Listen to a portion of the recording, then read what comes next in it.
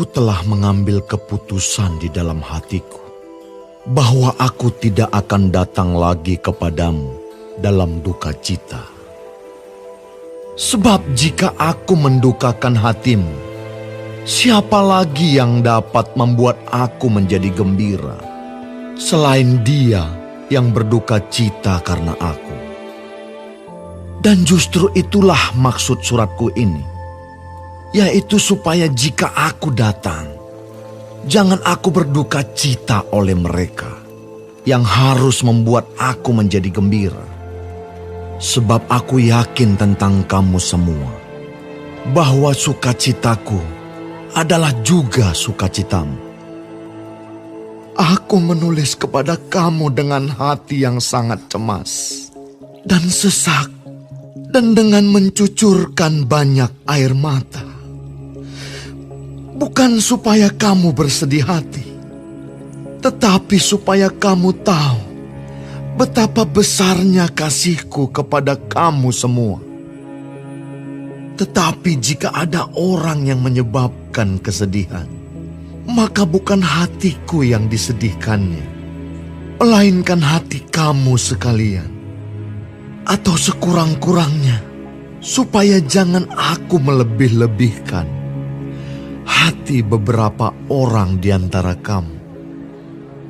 Bagi orang yang demikian, sudahlah cukup teguran dari sebagian besar dari kamu, sehingga kamu sebaliknya harus mengampuni dan menghibur dia, supaya ia jangan binasa oleh kesedihan yang terlampau berat. Sebab itu aku menasihatkan kamu, supaya kamu sungguh-sungguh mengasihi dia. Sebab justru itulah maksudnya aku menulis surat kepada kamu, yaitu untuk menguji kamu, apakah kamu taat dalam segala sesuatu. Sebab barang siapa yang kamu ampuni kesalahannya, aku mengampuninya juga. Sebab jika aku mengampuni, seandainya ada yang harus kuampuni, maka hal itu kubuat oleh karena kamu di hadapan Kristus, supaya iblis jangan beroleh keuntungan atas kita, sebab kita tahu apa maksudnya. Ketika aku tiba di Troas untuk memberitakan Injil Kristus, aku dapati bahwa Tuhan telah membuka jalan untuk pekerjaan di sana. Tetapi hatiku tidak merasa tenang, karena aku tidak menjumpai saudaraku Titus. Sebab itu aku minta diri dan berangkat ke Makedonia.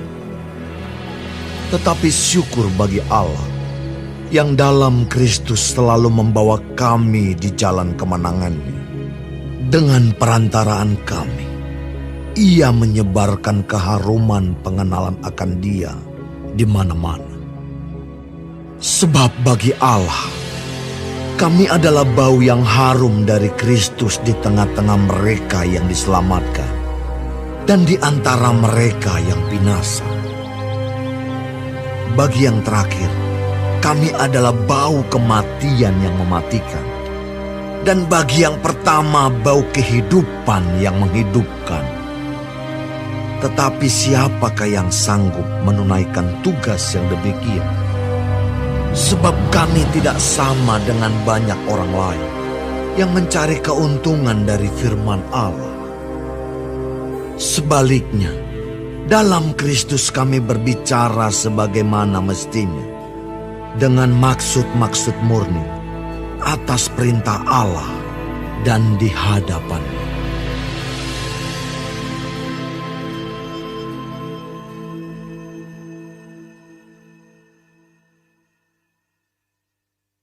Shalom saudara-saudaraku yang dikasihi Tuhan Yesus. Puji Tuhan, hari ini kita akan mempelajari firman Tuhan dari 2 Korintus 2. Tuhan Yesus memberkati. Mari kita perhatikan ayat 4. Aku menulis kepada kamu dengan hati yang sangat cemas dan sesak, dan dengan mencucurkan banyak air mata, bukan supaya kamu bersedih hati, tetapi supaya kamu tahu betapa besarnya kasihku kepada kamu semua. Firman Tuhan ini mengajar bahwa setiap orang yang melayani pekerjaan Tuhan harus sungguh-sungguh mengasihi jiwa-jiwa orang-orang yang dilayaninya. Harus sangat peduli ketika ada umat Tuhan yang hidup dalam dosa. Ayat 6 mengajarkan seorang anggota gereja yang melakukan suatu dosa, kesalahan, seperti berzinahan, perbuatan amoral, dan lain-lain yang tercatat di 1 Korintus 5 harus didisiplin dengan tegas. Tujuannya agar supaya orang-orang percaya kepada Kristus hidup dalam integritas. Dengan cara menegur dengan keras, diharapkan orang tersebut bertobat dan saudara-saudara yang lain, orang percaya yang lain, mengerti dengan jelas bahwa perbuatan seperti itu tidak boleh dilakukan. Setelah orang itu ditegur dan ia mau bertobat, maka dia harus diberi pengampunan, diberi kesempatan baru, harus ada padanya, supaya dia bisa hidup takut akan Tuhan dan melakukan firman Tuhan. Tapi orang tersebut tetap harus bertanggung jawab atas perbuatan-perbuatannya. Intinya kita tidak boleh toleransi dengan dosa. Orang percaya kepada Kristus harus hidup kudus. Ayat 11, mari kita perhatikan ayat 11.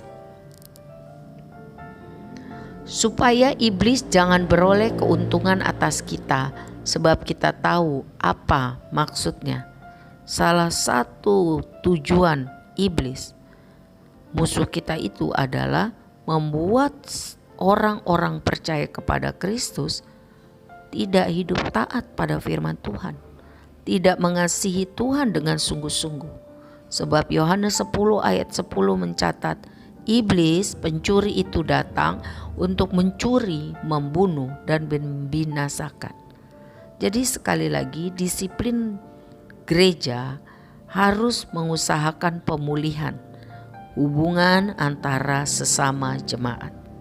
Disiplin gereja sangat perlu dilakukan agar jemaat menjaga hidup kudus, hidup dalam pertobatan.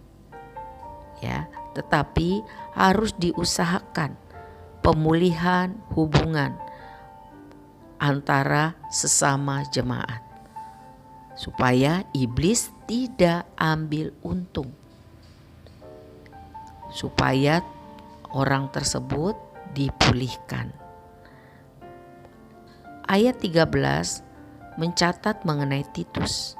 Titus adalah orang Yunani yang telah menjadi percaya kepada Kristus.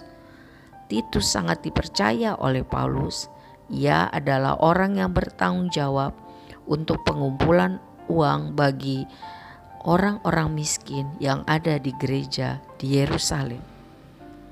Ketika Paulus tidak bertemu dengan Titus di Troas, Paulus sangat mencemaskan keadaannya.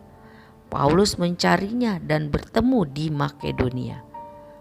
Jadi Paulus sangat peduli pada teman-temannya, pada rekan-rekan kerjanya, pada sesama orang percaya. Ini teladan yang baik. Selanjutnya mari kita lihat di ayat 14. Tetapi syukur bagi Allah yang dalam Kristus Yesus selalu membawa kami di jalan kemenangannya. Dengan perantaran kami ia menyebarkan keharuman, pengenalan akan Dia di mana-mana. Saudara-saudara, Paulus bersyukur kepada Tuhan karena sadar kesempatan atau berkat yang diberikan kepadanya itu adalah anugerah Tuhan, sehingga ia dapat menolong banyak orang dimanapun ia pergi. Walaupun Paulus harus mengalami banyak kesulitan-kesulitan. Saudara, ketika seorang Kristen memberitakan Injil, kabar baik, dia akan dihargai oleh sebagian orang. Kabar Injil itu akan dihargai oleh sebagian orang.